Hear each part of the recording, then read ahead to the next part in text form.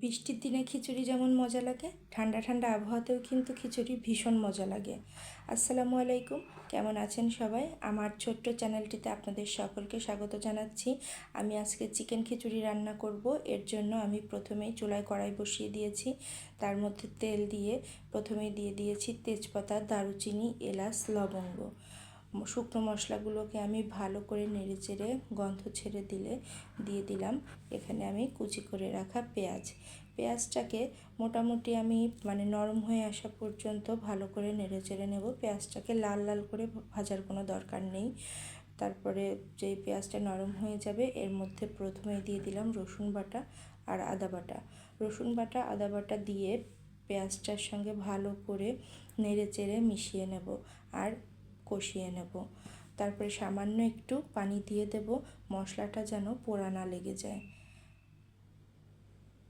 পানি দিয়ে তারপরে শুকনো মশলাটা দিব, কারণ শুকনো মশলাটা দিলে অনেক সময় দেখা যায় যে পোড়া লেগে যাওয়ার একটা সম্ভাবনা থাকে। এ পর্যায়ে এসে দিয়ে দেব জিরে গুঁড়ো, হলুদ গুঁড়ো, মরিচ গুঁড়ো, ধনে গুঁড়ো। আপনারা চাইলে এই শুকনো মশলা যেগুলো আছে আগে থেকে একটু কুসুম গরম পানি দিয়ে ভিজিয়েও নিতে পারেন, সেটা করলে আরও বেশি ভালো হবে। সেক্ষেত্রে আলাদা পানি না দিলেও চলবে। এরপরে মশলাটাকে খুব ভালো করে কষিয়ে নেব, কারণ যে কোনো রান্নার স্বাদ কিন্তু এই মশলা কষানোর উপরেই সবচেয়ে বেশি নির্ভর করে। মশলা কষানো হয়ে যাওয়ার পরে আগে থেকে যে চিকেনটাকে আমি কেটে ধুয়ে পরিষ্কার করে রেখেছিলাম সেটা দিয়ে ভালো করে কষিয়ে নেব। চিকেন সিদ্ধ হতে আসলে খুব বেশি সময় তো আর লাগে না, এই জন্য কিছুটা ঢাকা দিয়ে দিলে খুব দ্রুতই আরও সিদ্ধ হয়ে যাবে। এরপরে কিছুটা পরিমাণ মতো পানি দিয়ে ঢাকা দিয়ে দেব, যেন চিকেনটা খুব তাড়াতাড়ি সিদ্ধ হয়ে যায়।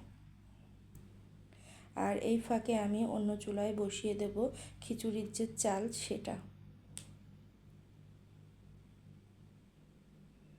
দেখুন আমার চিকেন রান্নাটা কিন্তু হয়ে এসেছে, পানি একদম শুকাবো না, একটু ঝোলঝোল রাখবো।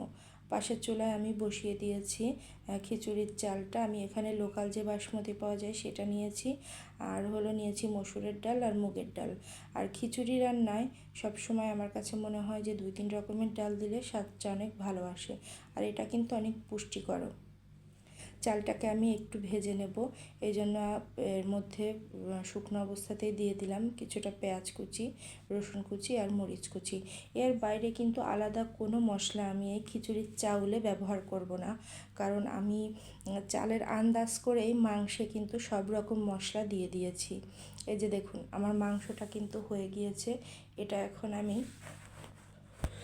খিচুড়ির চালের সাথে খুব ভালোভাবে নেড়ে চেড়ে মিশিয়ে নেব।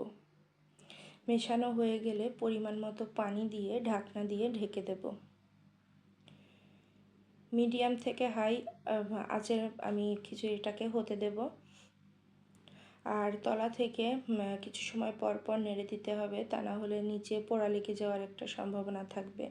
অনেকে আছে কিন্তু যে মাংস আলাদা আবার খিচুড়ি আলাদা সেটাও পছন্দ করে, তবে আমার কাছে মনে হয় যে এই মাংস খিচুড়ির মধ্যে দিয়ে রান্না করলে সেটার অন্যরকম একটা ফ্লেভার হয় এবং টেস্ট হয়। অনেকটা মনে হয় যে ওই যে মিলাদ বাড়িতে যে খিচুড়িটা হয় না সেরকম।